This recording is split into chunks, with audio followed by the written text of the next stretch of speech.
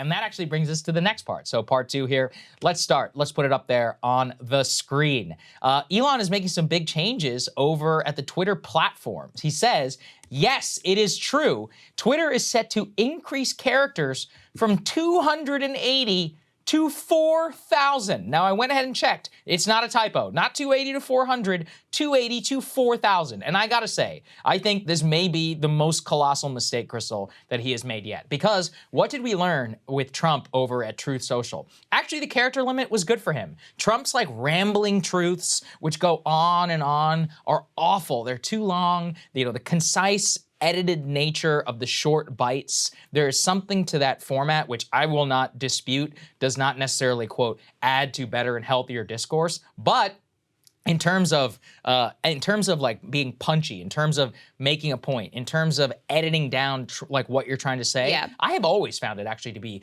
quite useful, because if you can't make a point like that, it's not really necessarily one that's going to resonate with the public. Well, and you can always do a thread. Yes. Like if you want to go beyond the character, if you really have something that needs to, I mean, like these freaking Twitter file threads, like you can go and you can do your 30 tweet thread if you really feel like it. But yeah, listen, this is what makes Twitter Twitter. Yeah, I mean, you can change it, you can make it 4,000 words, and you can still call it Twitter, but the central innovation of this platform was the character limits. That's the whole thing that made it really different. I even liked 140. I liked back when it was 140, when it was half. Really? Yeah, I sort of like the 280, to be honest with you. But I mean, 4,000 is like, I mean, we could post our entire like multiple monologues on there. I mean, it's ridiculous. Like it becomes, there is a space for obviously longer form writing. That's what, say, Substack is for. It's called a blog. Example, or a blog.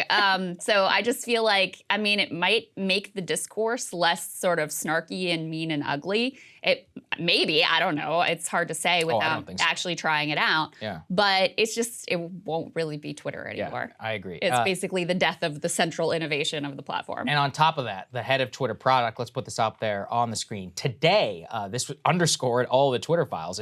Let's not forget the entire Twitter Blue saga.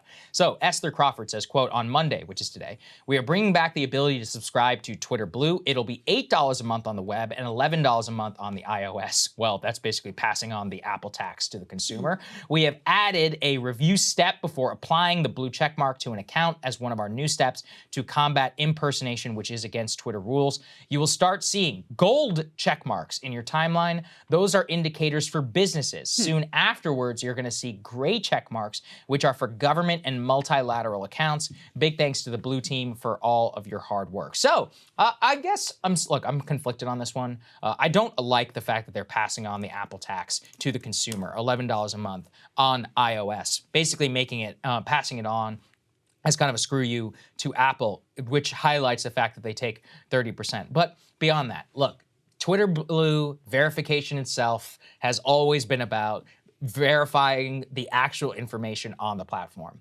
So while, sure, I guess it's good that businesses can't be impersonated, what about people? And I don't even care about myself, but like there's a lot of other people whose musings are noteworthy. Elon himself, remember whenever he tweeted about trying to take Tesla private and the stock went haywire? There's a lot of accounts like that. So how are you gonna trust Jeff Bezos or any other market movers, whether they're going to actually pay for the blue check or not? Plot twist, I don't think Bezos will be paying for it.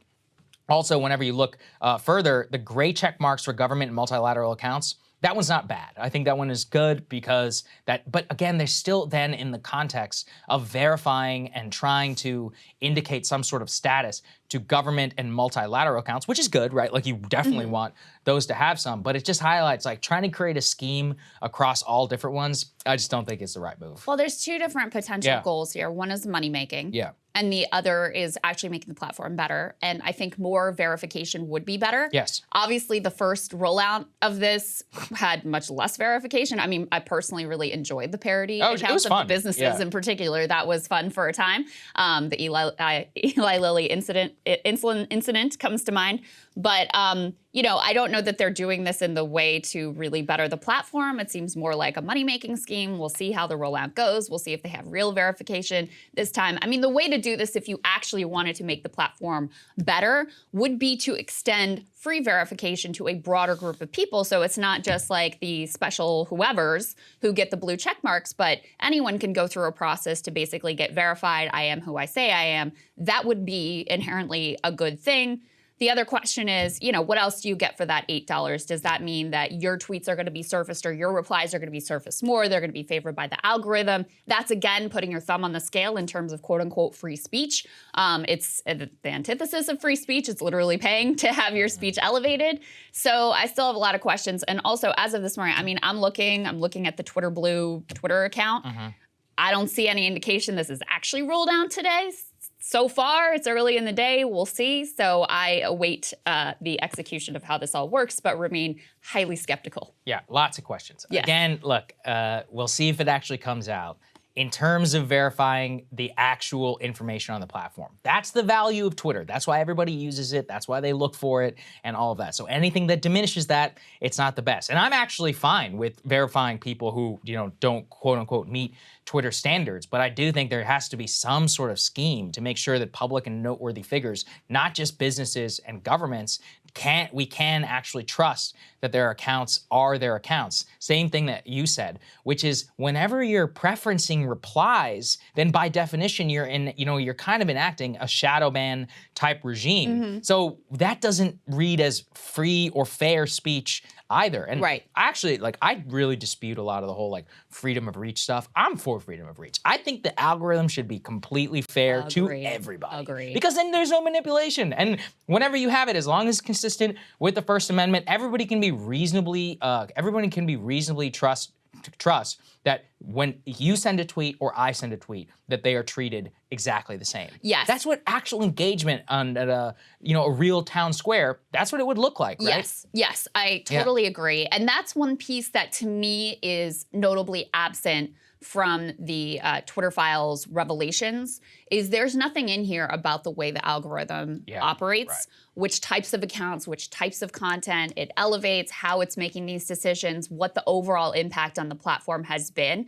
I think that is almost as important. I mean, it is to me as important as anything else. And maybe I'm particularly sensitive to it because YouTube is so algorithmically driven at this point that you really see on a day-to-day basis how, you know, they can make anything just arbitrarily super successful and get million-plus views. They can crush anything and suppress it, and you have no way of really knowing. You can look at some of your back-end stats and say like, well, why is the click-through rate so high and the view count so low? And you can sort of like piece together that the algorithm just screwed you over for whatever reason. But there continues to be zero transparency around any of how this operates. And I agree with you, Saagar. The freedom of reach stuff is incredibly, incredibly pernicious. I mean, that amounts to a shadow ban as well. Where, if certain types of content is propped up and put in front of a bunch of people, of course it's going to go further than if you're just like not displaying people's replies, if you're not displaying their tweets when you have that algorithmically driven feed. That's as much of a problem to me as anything else. Totally agree. Hey guys, ready or not, 2024 is fully upon us now, and Saagar and I have been brainstorming ways that we can really up our game for this critical election. Yeah, we rely on our premium subs to expand our coverage, to add staff, to upgrade the studio. We just want to give you the best independent coverage of this election, which is possible. So if you can help us out, become a premium subscriber today, breakingpoints.com, or the link is down here in the description video. It really means the world to us, and if you like what we're all about, this is the best possible way to keep us 100% independent, working only for you.